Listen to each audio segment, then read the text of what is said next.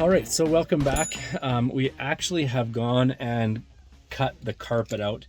To pull the whole carpet out, we literally have to take the seats out and some of the dash to save time on that. And because a lot of the carpet is going to be covered up by our plywood subfloor, we just kind of skipped that step, cut it, and we'll put it back in place. The reason we did that is we wanted to really clean it. We took a pressure washer to it. We also pressure washed the front out and then just vacuumed it out real good and have been airing it out over the last day. It's always nice when you don't have anything else in your van. You can just go nuts with a pressure washer on the carpet and really everything can be wiped down. I think it idled kind of rough for the first half hour after we were done. As it dries out, it works that stuff out. So now we're going to put the carpet back in. Also going to put some underlay underneath the plywood just to give it a little bit more insulation. Our last time we put in a 1/2 inch of polystyrene, and really the benefit it gave was marginal. So to save height in the van, which is really important in these smaller vans, we're just going to leave it. Then we're going to get to some of the other smaller tasks like putting the butyl sound deadening in the walls as well as the foam from the same company to put over top of that. Then the walls can go back in. We do want to send them to upholstery too. We're going to get the top part, this portion of the door panels, recovered in white leather, essentially vinyl,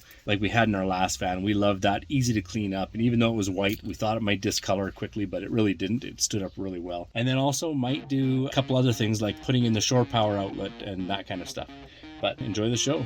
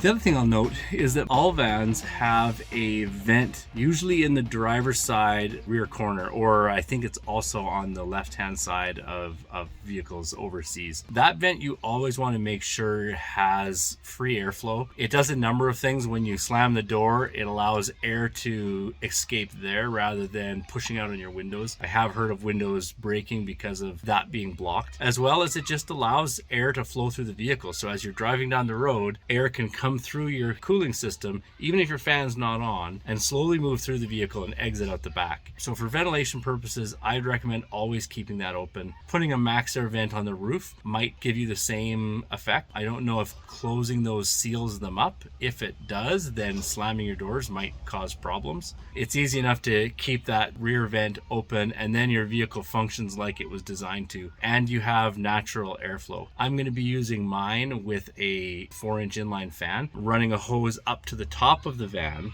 and that's how I'm going to be getting my ventilation. In the winter in Canada, hot air rises, and so if I have a lot of hot air inside this van and it's very cold outside, if I have a roof vent, then all of that hot air is going to easily just go up that roof vent and be gone just by natural convection. So if I have my vent hole down at the bottom of the van, it'll only vent on me when I want it to vent, and then in the winter time it'll hold the heat in a lot better than it would if I had a roof vent for it to escape from.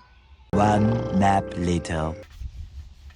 Today we are going to be putting in the sound deadening. It's a butyl matte 80 mil, as well as on top of that, a foam sound deadening and insulation. It does two things. One, it keeps the sound down, makes it quieter when you're traveling. The other thing it does is it keeps the heat out. Butyl does an amazing job at keeping the heat on the outside skin of the vehicle. That being said, we're gonna get to work. Right now we are washing the walls with alcohol wipes just to make sure that the butyl will stick. It is exceptionally sticky, and you roll it to make sure the contact is good. You definitely need to make sure what you're putting it on is clean, because it'll stick to whatever you put it on, and if there's a layer of grunge or grease or dirt there, it'll stick to that and not necessarily the walls. The last thing we want is for this to be slumped down at the bottom of the walls of our van a year from now, so we're going to make sure it sticks well.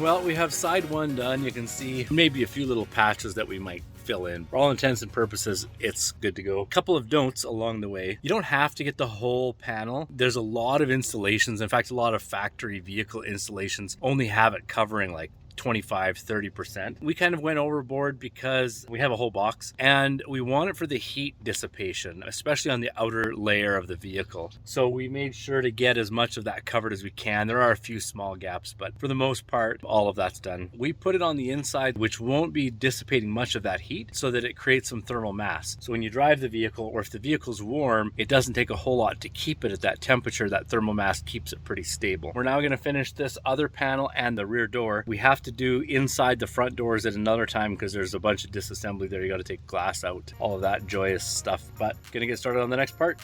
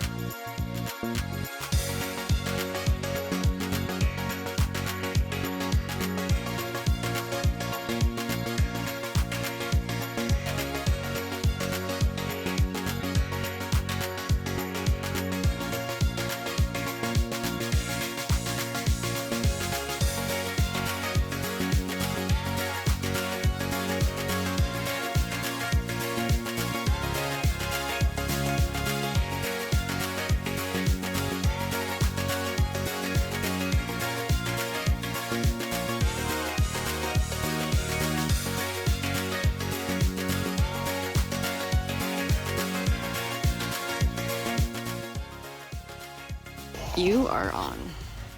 Oh, it feels good to stretch my legs out.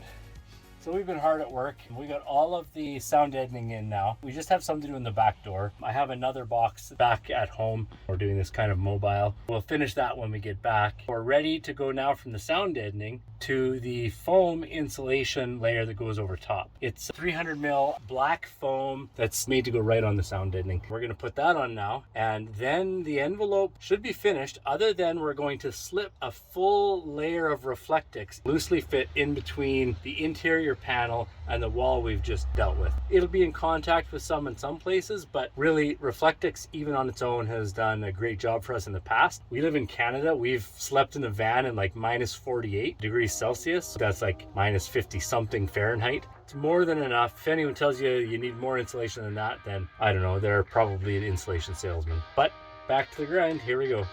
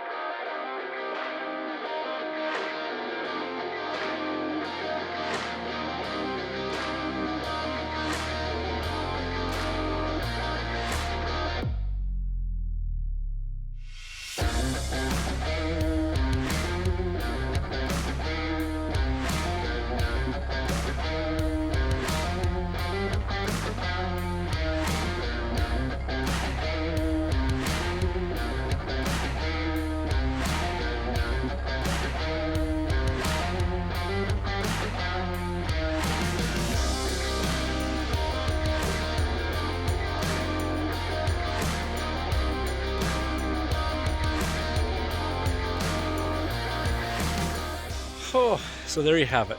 Fully done, ready to go. It was a long day. I think it's like 9 p.m. right now, and we started at, I want to say noon. So that was a 9-hour day, full sound deadening from behind the front seats backwards, and full insulation on top of the sound deadening. Needless to say, my knees are sore and tired. I'm probably gonna go find a chair to sit in and maybe some YouTube to watch. Let me give you a quick tour. So that's the garbage pile. That's like about 10 minutes of garbage piles. There's been way more than that. But you can see how everything now is fully coated so that all of the metal that can reach outside won't be bringing in anything in a thermal bridge. Same with this side. We still have some speakers to put back in. So the next phase is now going to be constructing and building the aluminum subframe that we're using. It's the same we used in our last van. We're going to use more of it this time because I was a little unsure last time, so I used it for a lot of things, but the cabinets I didn't bother. But I found some hinges that attached straight to it, which I had to make some weird modification to the original hinges. That was not pretty. I didn't want to do that again. So luckily we found these other hinges, and so that's going to be going all down this side. There's going to be a low counter. That window will be visible. This part will all be cabinet right up to the top, and then this side will be a bed similar to our last bed, only there's some big changes, minor changes, but they make it a lot easier to fold out and put away. So I'm excited for that. And then we're also going with 5 inches of foam instead of 4 inches of foam. That means we'll have a little more comfort. But yeah, that wraps up this video. Tune in next time for the next phase. We'll talk to you soon.